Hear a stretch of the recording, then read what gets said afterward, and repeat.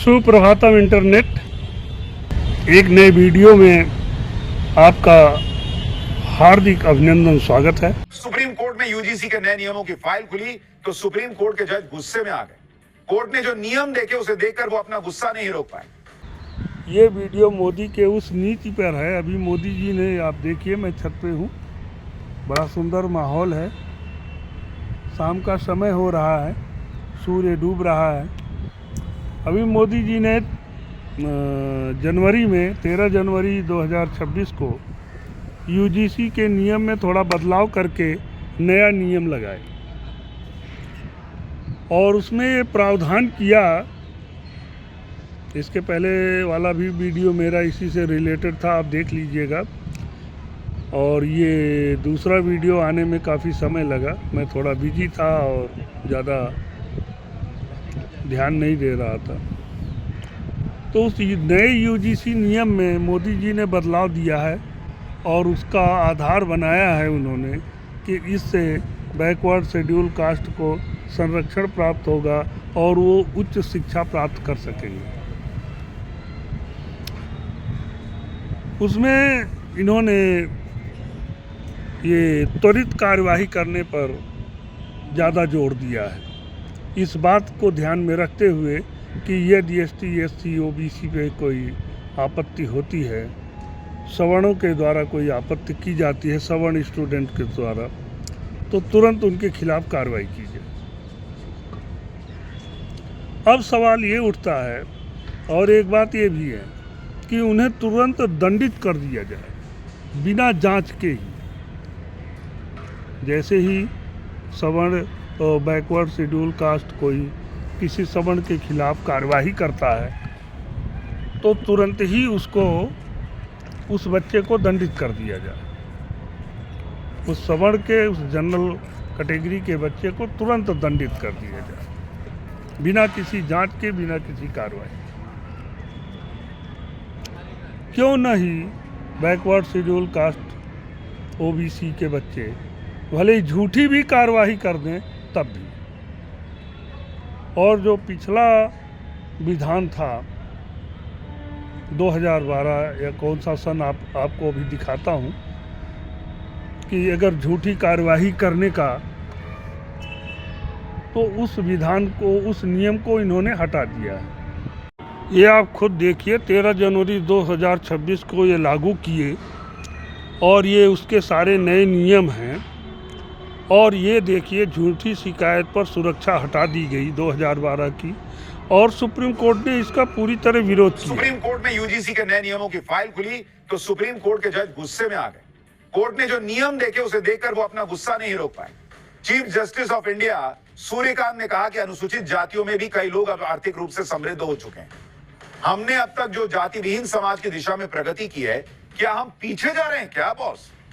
इसी तरह कैंपस में अलग अलग जातियों के लिए अलग अलग हॉस्टल के सुझाव पर भी चीफ जस्टिस भड़क गए। कहा कि फॉर गॉड सेक, भगवान के लिए डोंट डू दिस, ऐसा मत कीजिए। हम सब साथ रहते आए, भारत की एकता शैक्षणिक संस्थानों में भी दिखनी चाहिए। आप सोच रहे हैं बॉस, चीफ जस्टिस का पारा हाई हो गया देख के कि क्या ही है यूजीसी ने नियम बनाया है बॉस। हम अमेरिका हैं क्या कि अलग अलग स्कूल बनेगा, अलग रंग के लोगों के लिए अलग हॉस्टल बना रहे हैं। तो इस तरह की इनकी कार्रवाई है। और ये अब भी मानते हैं कि students, backward schedule caste, schedule tribes के स्टूडेंट उच्च शिक्षा प्राप्त करने में जनरल कैटेगरी के स्टूडेंट्स विरोध करते हैं। इनका ये मानना है, जबकि ऐसा हम भी यूनिवर्सिटी में रहे हैं, हमने भी देखा है, कहीं कोई विरोध नहीं रहा। हम ये सन 80 के दौरान की बात बता रहा हूँ। हमने तो सन 80 से लेकर 90 तक ये देखा है कि कहीं कोई किसी का विरोध नहीं करता, चाहे एसटी पढ़े, चाहे एससी पढ़े, चाहे ओबीसी पढ़े, चाहे बैकवर्ड पढ़े।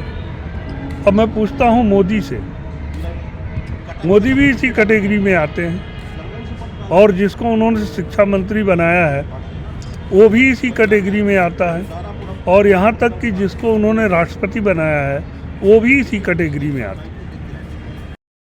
मोदी स्वयं ओबीसी से आते हैं और इनके शिक्षा मंत्री भी ओबीसी से आते हैं और राष्ट्रपति जी स्वयं आदिवासी हैं।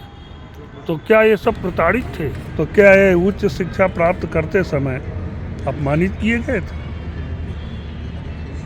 और बहुत से ऐसे ओबीसी, एसटी, एससी, बैकवर्ड के स्टूडेंट्स हैं जो वो उच्च पदों पर उच्च शिक्षा प्राप्त किए, कहाँ वो अपमानित किए जा रहे हैं? हमने तो एक भी केस अपनी लाइफ में नहीं देखा, स्टूडेंट लाइफ में।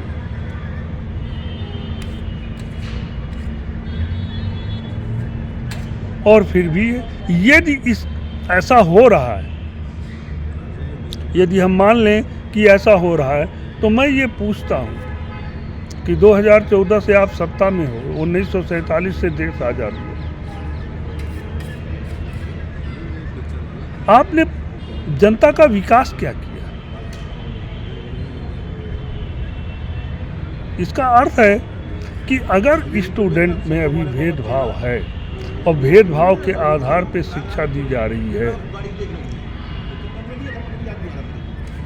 तो शिक्षा की इकाई आप ही विश्वविद्यालय सब गवर्नमेंट के ही। अगर वहाँ भेदभाव है तो 2014 से आप अभी तक कर क्या रहे थे? दूसरी बात, अम्बेडकर ने संविधान में वो रिजर्वेशन केवल 10 साल के लिए लागू और वो अभी तक चल रहा है।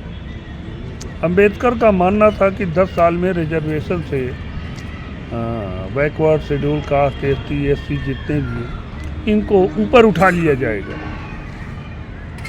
1947 से 2025 हो गया भाई, 75 साल हो गया।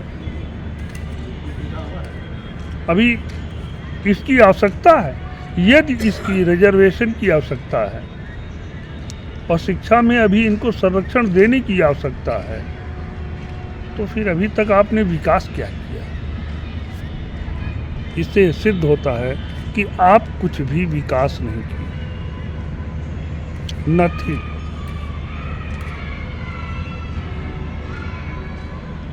अब मैं सवर्णों के लिए कुछ कहना चाहूँगा, वो ये कि आप देखिए इस समय शिक्षा मंत्री भी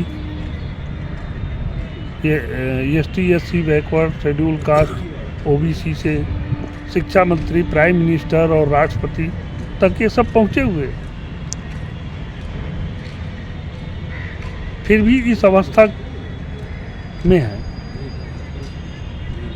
तो यहाँ तो भारत में मैं जनरल ओबीसी जनरल की बात कर रहा हूँ कि जनरल वाले आपके पक्ष में कोई बोलने वाला नहीं, वो आप इन्हीं के पीछे भाग रहे हैं।